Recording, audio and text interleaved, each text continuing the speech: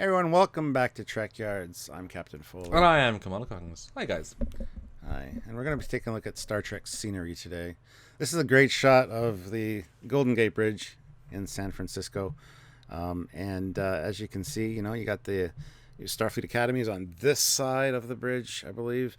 The other side, you got some cityscapes there. Very beautiful. Very beautiful. And this is true. It is true in any Star Trek era. In Enterprise, in TOS, in Discovery, in post-Discovery. And this is still from Star Trek Picard, Stuart. The new trailer came out. Do I see what I think? This is not a Discovery screen cap, Stuart. And why do I keep clarifying? Are you sure? Because you know what? 100%. It looks like there's a Discovery shuttle right there. I wish I could Blade Runner zoom and enhance. I mean, you always can, what I've done for these pictures. Yes, Stuart. If you go to the next picture, because it's quite far away. This shot happened. And I was on my phone watching it, and this came up, and you see Jean-Luc Picard, and it's brilliant. And then your eye suddenly darts to the side. You're like, wait, what? It's a digitally added VFX shot of a shuttle that takes off and moves away. And it's just the Star Trek Discovery shuttle from about 100 years earlier. Now, what did you think when you first saw this? I saw this on my first viewing, and I was like, what? I actually said it out loud. Me and Keith were watching this together, and it's like, what? Are you serious? It's a Discovery shuttle. And I got kind of upset about it because it does not belong there. I didn't want Picard to tie in with Discovery at all, even though kind of felt that they were going to, just because it's their property and they want to legitimize Discovery. Yeah, I wasn't pleased about it, but people say we were nitpicky, so that's fine. Well, it's not when it's a blatant thing that sticks out. I mean, it can't be nitpicky if it's the thing about what I like about filmmaking is that it's all intentional, right? So this shot of Picard, great. So they had to add the shuttle, and someone had to spend time to bring it in, to light it, to composite it, to put it behind a window to add a reflection. Those were conscious choices, and so this was a distinct effort to add a shuttle. And the realist in me says they're making a massive continuity mistake. They really don't care. Because, I mean, we always say back to Star Trek Discovery Season 2, when they fire photon torpedoes from the nacelles, the Bassards. That is the VFX team whoever did that shot is not a Star Trek fan who showed it to producers who were not Star Trek fans enough to know or to care, and it got through the many levels of the many lines into finals. It had to be prevised and rendered, and didn't get changed, and it got through, and that shows the lack of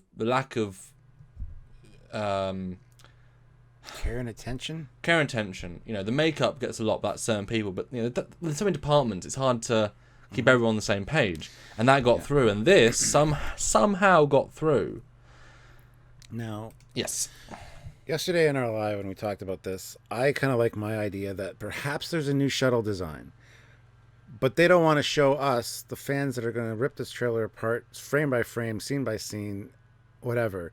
They're going to put this in there until the final show comes out. And like you said, it is a lot of compositing, rendering, getting the lighting to match, all that. So it seems like a waste of time. And I don't think that's the case necessarily, that this is just a placeholder to just not show off the new shuttle design, because they don't want to reveal it too early or something. I'm hoping against hope that this is that, and there is a new shuttle that's going to be replaced in there, but I just don't think that's the case. As much as I want that to be the case, and that would make a lot of sense, because they do deceive people with trailers these days. Even movie trailers, they'll remove entire characters, they'll insert entire characters into scenes, and then when you see the movie, it's totally different. I mean, if you want to, an end game spoiler, so be warned, because it's in the trailer. There's Hawkeye running through sewers with no one behind him and carrying nothing. In the full film, he's carrying the Infinity Gauntlet with the whatever they're called, creatures following him. Though that's a radical rechange. It's a lie, but it's a useful lie because it doesn't spoil it. It's definitely a thing that happens, but it stands out so drastically because you know what? Eagle Moss have done all the ships in Trek. They have a Type 11 shuttle, a Type 9 shuttle, a runabout. All CBS has to do is ask them for a model. They can, if it was a TNG shuttle, the big box ones flying, we'd say, oh, that's weird. An old shuttle's there. Bit old, but okay, fine. But to have it be, I just did some math, Stuart. This shuttle by this point is over 160 years old. Yeah. 160. That's half of the entire timeline of Star Trek history. Half. That's wow. Yeah. It's because I'm saying that because we saw it in The Brightest Star, the Saru short, so it goes back another 20 years, which is another. They keep sort of breaking their own canon with that stuff. Well, and like I said, I'm hoping that that's the case. They just want to reveal a new shuttle design. But that being said, this shuttle also appeared another place in the trailer as well. And that's when Picard goes to meet his friend at Vasquez Rocks. Yeah. But yeah, let's get another picture. Now, I've zoomed in heavily because it's so small. But it's clearly the same exact thing. And this obviously is implied heavily that Picard took this to go see his friend. So he had to... I mean, there could be something to be said for... You can then... If you've got a massive shuttle set... If you reuse the interior for Picard, you get to reuse an interior and save all the money. That is true, but then what you do is you build a CG set around it so that it doesn't look at all like the other thing. I mean, look at the unused Aero shuttle. That was a runabout cockpit, but everything is different. So yes, it's a runabout, but it's also not a runabout. If you go to the next picture, you can see, just so you know, what the Discovery Shuttle looks like back and forth. This is the Star Trek Online model. Lovely renders. And here is a side-by-side, because it's a very similar view. As you can see, it's the same thing, even so much as some of the texture patterns are the same. And that's where all my hope for that other one being just to fool the audience went out the window. Because it's like, oh, these are completed shots. They took a lot of time, like you said, with the lighting and all that, to do this. It just seems like they don't care.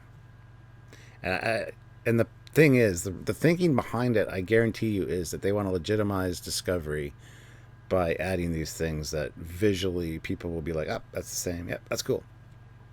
Not think twice about it. They're not gonna. The average viewer isn't gonna think, "Oh, that shuttle's so old," and why weren't they in TOS? Whatever. They're not gonna think that. They're just gonna go, "Yep, it's shuttle." It's so weird to me though, because the entire history of Trek, the people who've watched Trek have had these fun. Oh, that's this from this. Oh, is that an alien from this? Ooh, and why now after 50-something years are they throwing all out the window and saying we really don't give a shit? That seems like everything that Trek is based on the fans that have supported it, that have loved this minutia, that have loved the continuity, that have, when we saw Scotty appear in TNG, they used a TOS beaming effect.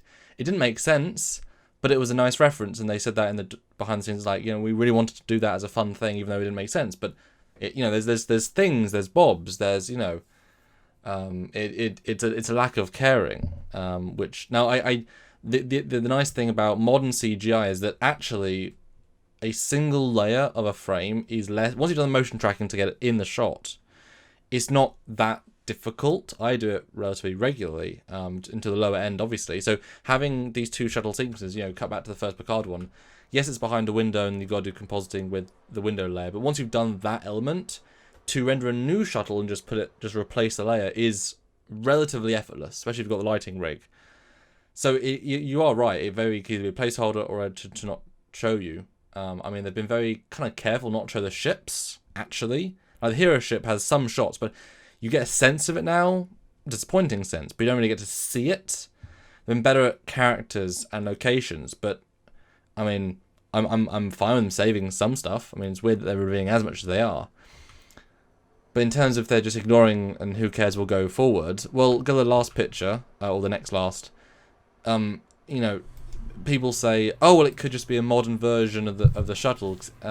If you look at these two designs, the 160-year-old design, which in itself is a visual reboot of TOS, so it's in itself not trying to look appropriate, although it's one of the least bad versions. You look at the types of shuttle that do exist at the time. These are radically different. Stylistically, they have nothing in common except the basic cockpit engines. I mean, you can't tell me that you designed the top one in the era of the bottom one. They're not comparable. The eras have moved on. The designs have moved on. They should be looking like this other one to some extent, not like the first one. you know? No, I totally agree. And yeah, people will say that, well, it's such a long shot. How do you know what the shuttle looks like?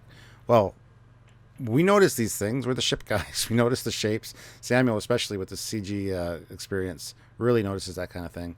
And I'm glad you brought this one in, because this one is a longer shuttle. It's because the ones we see in the trailer do have that long extended look, like they're more like transports of a sort, not necessarily a shuttle.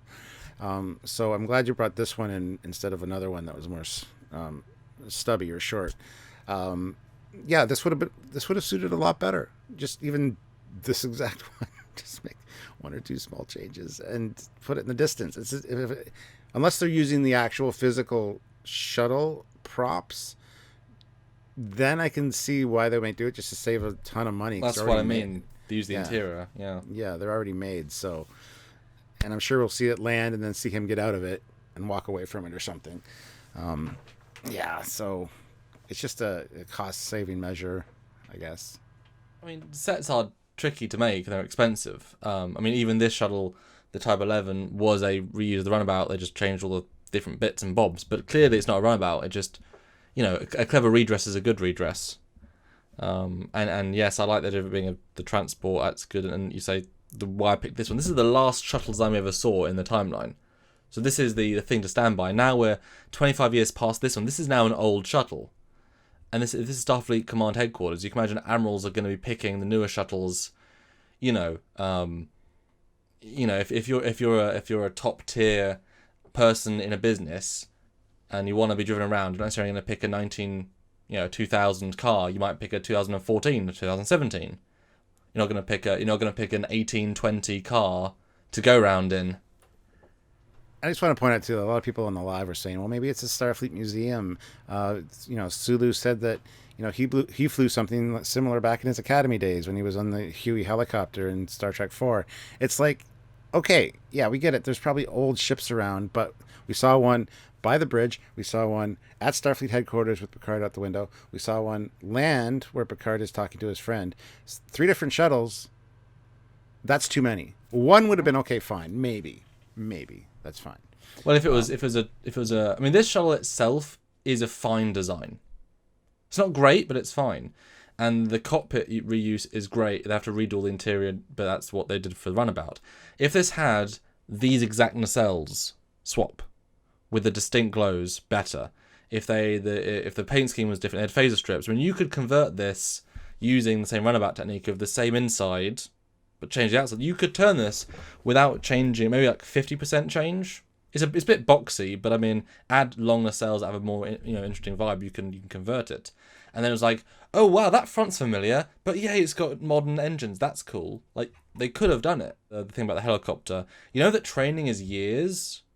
I don't think Sulu meant he spent 2.5 years training in a helicopter. No. I think he had a semester at the academy or a week bonus training course where he picked I want to do the helicopter course. Wow, they have helicopters in over the Sausalito or whatever. I'll go there. And then next week I'll be in an XO1 shuttle pod. The next week I'll be in a Franklin shuttle pod, Yeah, because they do things. I mean, it's not training so much as, hey, a little training course. Fun. Yeah. Opt in, It's an opt in. Yeah. Yeah, I totally agree. It's one of the electives for there the pilots. And it would make sense because the pilots need to pilot different vehicles depending on the mission they're on. Or sometimes they land on a planet where there's more primitive technology. So it makes sense if you're going to be a helmsman, you're going to be a pilot specifically. That's something you would focus on and, have an elective course to do that. But why is this important to talk about? Well, to me, it feels kind of lazy. And like I said, it's the corporate agenda. They want to visually tie Discovery in to this new Picard series, which is very much more focused on Prime lore because it's right after TNG. So we're hoping we can keep a positive outlook. It's just a stand-in. They'll change them. They're trying to hide stuff. Great. But it sets a bad precedent, as other things do, where things like the uniforms and such are a pretty good precedent. So we'll see. There's our thoughts. Yeah. But then the last picture is this picture that I right away drew my eye, and I was just like, oh no, And I noticed it right away. A lot of people probably didn't. They were more focused on other things in the trailer, and that's fine. But because we are the ship guys, I really focus on the ships every time I see them. It just disrespects the dozens, hundreds of people that tried to keep visual continuity consistent through all the different eras. That people that say, oh, we need to kit bash a shuttle, and when it's for TNG, make it, the Genola I'm thinking of. We need to kit bash a shuttle, make it a new Starfleet ship that fits in an era. It's like, okay, that fits instantly. Time, effort, thought put in. They didn't just slap some TNG nacelles, and just slap TOS nacelles, and they gave a damn. And therefore, you look back and it's like, wow, that was amazingly consistent. Even in DS9, when they put the Mirandas back in, they made the engines glow to tie it in with modern era. Oh look, they refitted Mirandas. Nice. There you go. Small thing, but it's correct thought put in. So put your comments down below. Your thoughts. What do you think about this being here? Do you care? Do you not care? Is it important to you? Is it not important to you?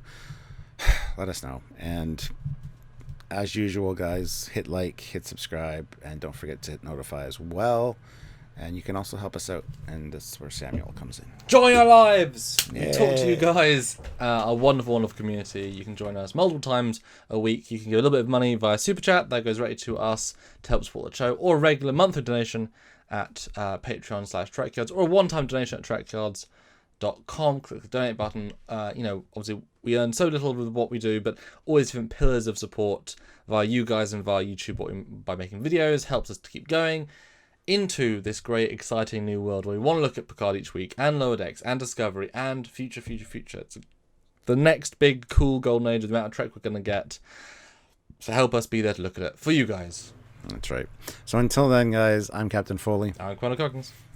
Bye, guys.